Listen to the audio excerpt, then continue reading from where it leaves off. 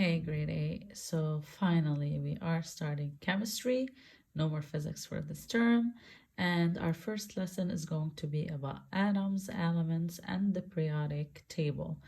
We are kind of having an introduction to this lesson right now, and we'll go in details as we advance further in the lesson. So let's start with what is the objective of this lesson. It says that I will be able to describe and identify the parts that make up an atom. So if I start with asking myself, what is an atom? It says that it's the smallest particle into which an element can be divided and still be the same element. Well, this is a bit of a vague description, but let me just focus on one part of this description that says it's the smallest particle. Smallest particle. If I try to make a connection between an atom and something that is also considered to be the smallest or the basic unit of something, we can think of cells being the basic unit of all living things, while an atom is the smallest particle of everything, living and non-living things. So even cells are made out of atoms, and we did see that in lesson 1.3. So basically, an atom is the building block of matter, make up everything around you. And when we say everything around you, we're talking from the wall to the ceiling, to the road, to the air, to the table, to your computer, to your clothes, to everything around you. Everything is made out of atoms. And we have to know that atoms are actually very, very, very small. So even 1 penny, which is the smallest coin that we use in American currency, it has 2 times 10 to the power 22 atoms, which is this number right here, 20 with 21 zero after atoms, which is a huge amount of atoms. In this slide, we need to be able to describe and identify the parts that make up an atom. So we are still continuing with the same objective. Now look at the picture right here. If you look, there is in the middle a part, and there is something around it that looks like orbits or a little bit of a cloud. Okay, so let's see. If we look at an atom, we have to know that they are parts. The part that we're talking about first is the nucleus. This is the nucleus right here, and it reminds you of the nucleus of a cell. Okay, it's in the center of the atom.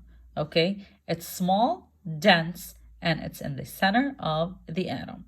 It contains subatomic particles, which are particles that belong to the atom, which are protons and neutrons.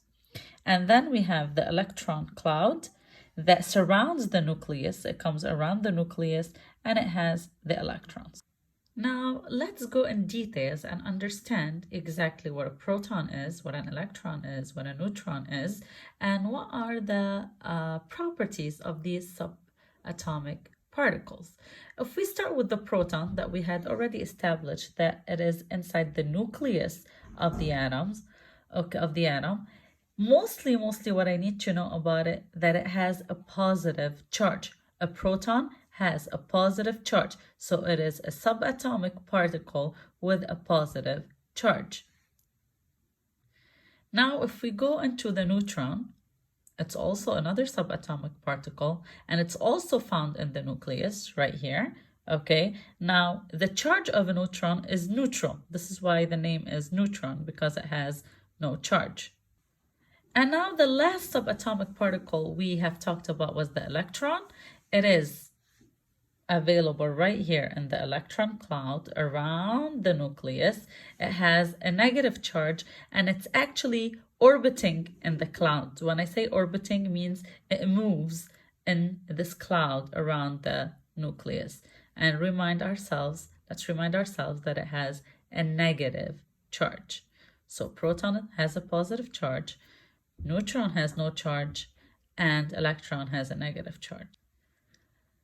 Now we need to be able to describe what an element is and how to use the periodic table. Now the periodic table is going to be something that we study in details in our next lesson. Right now, let's focus about what is an element and what makes up an element. An element is a substance composed of one single kind of atom. And I'm sure from the biology lesson 1.3 that we have gone over before, and from like your common knowledge, you know that we have elements like carbon, nitrogen, hydrogen, oxygen, neon, sodium, helium, magnesium.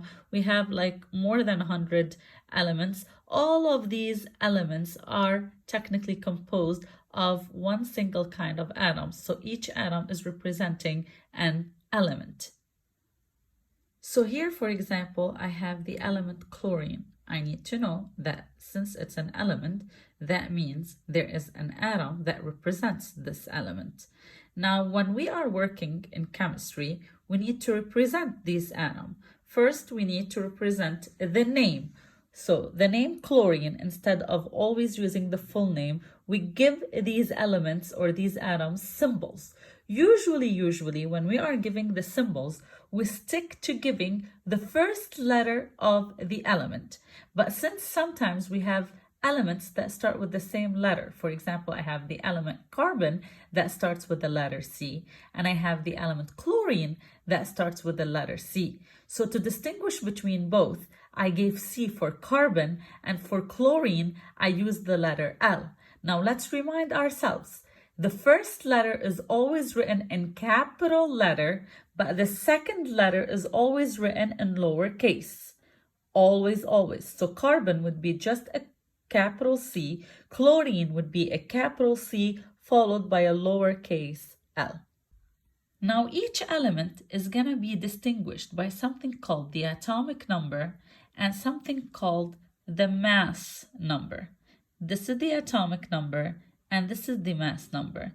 Another way, we're going to find them written differently, and I'm going to show you how we could find chlorine written differently. Here I'm going to show you how the atom chlorine could be represented in a different way.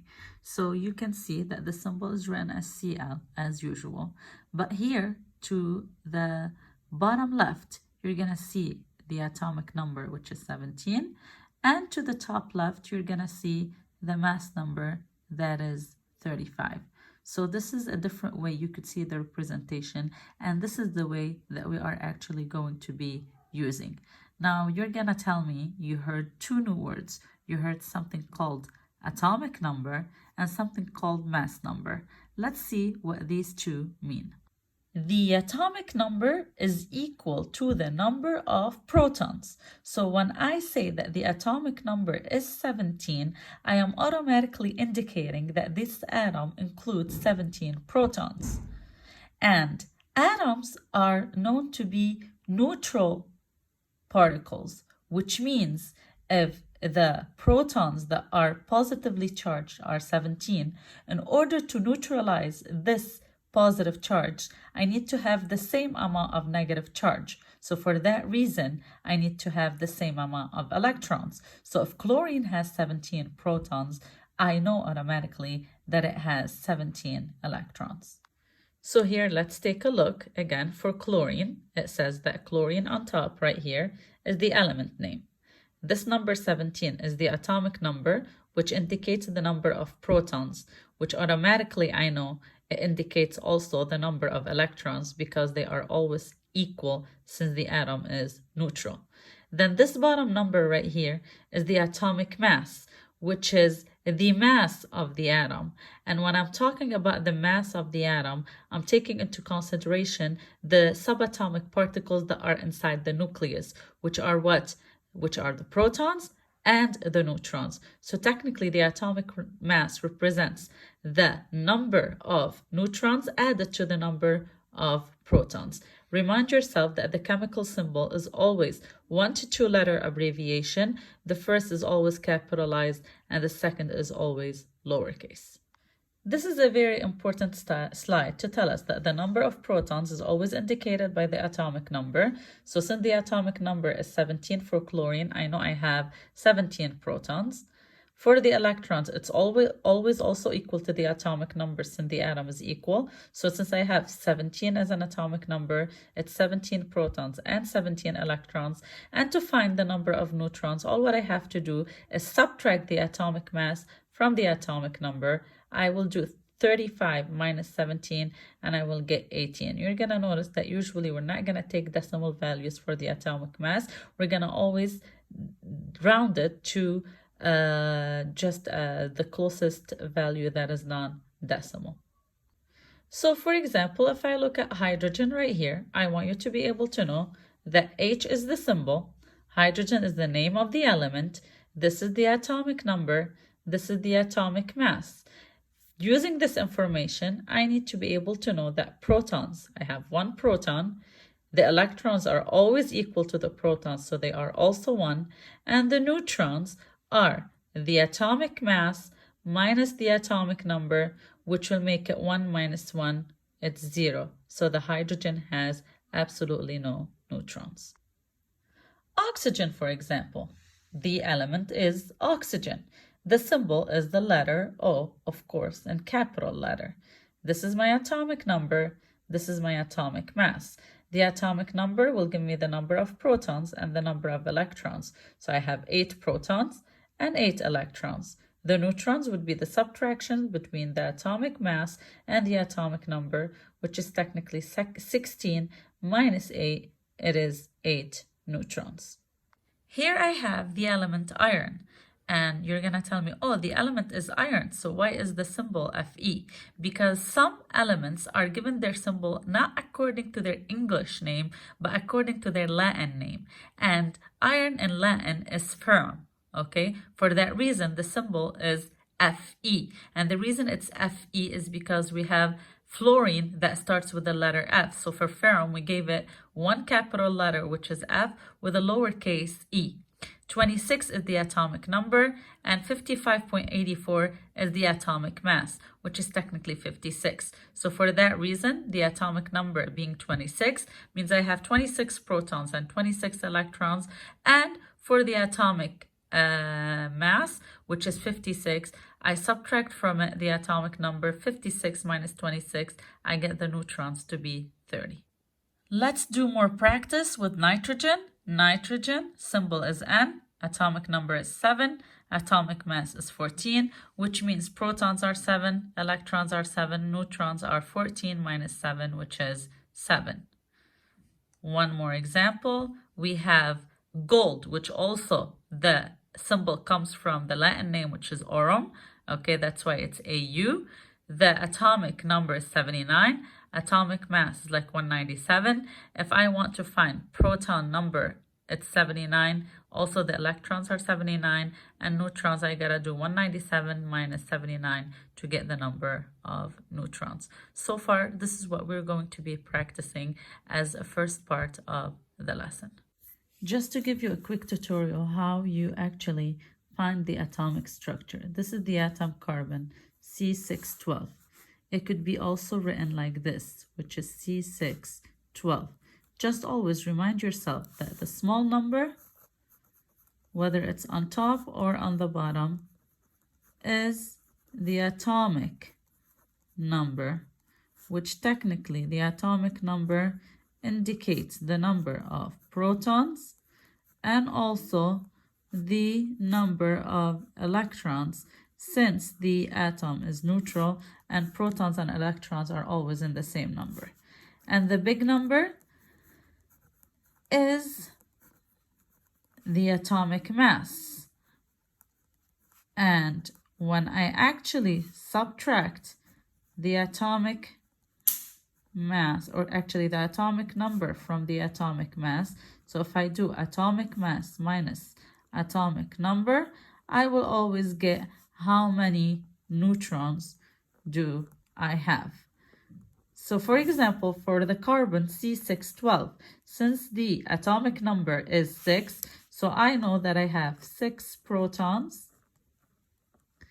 and also 6 electrons because they are always equal. And in order to know the neutrons, I need to subtract the atomic mass from the atomic number. So it is 12 minus 6. It is equal to 6 neutrons. And just to remind myself that protons and neutrons are in the nucleus. So here are the 6 protons and here are the 6 neutrons.